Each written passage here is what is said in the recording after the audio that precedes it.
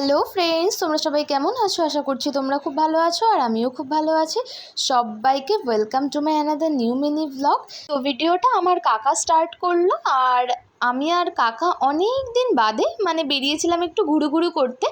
আর সেদিন পড়ছিল বৃষ্টি, তো আমরা দুজনে সন্ধ্যাবেলা একটু বেরিয়েছিলাম। কাকা বললো যে চল বোন একটু ঘুরে আসি।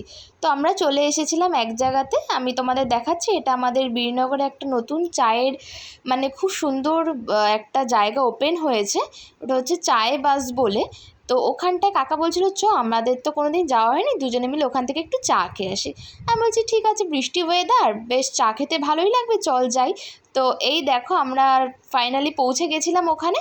তো ওখানে ডেকোরেশনটা এত সুন্দর ছিল, একদম দোতলায় ছিল, ওখান থেকে নিচের এত সুন্দর আমাদের বীরনগর শহরটা দেখা যাচ্ছিল।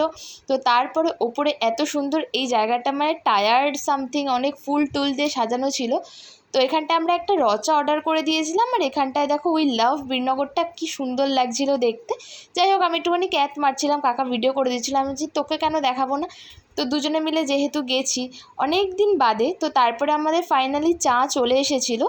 একটা দিদি সার্ভ করছিল, দিদিটা খুব ভালো, ওখানকার কথাবার্তা, ওখানকার সব কিছু খুব ভালো, তো পরিষেবাটাও খুব ভালো। তো আমাদের চাটা চলে এসেছিলো, দুজনে মিলে একটুখানি শেয়ার করে খেয়ে নিচ্ছিলাম। কাকার আর আমার বেরোনো হতো বিয়ের আগে, অনেক দিন বাদে হঠাৎ মনে হলো, তাই জন্য ও বললো যে চল, তাই জন্য আমরা দুজনে আর কি চলে গেছিলাম।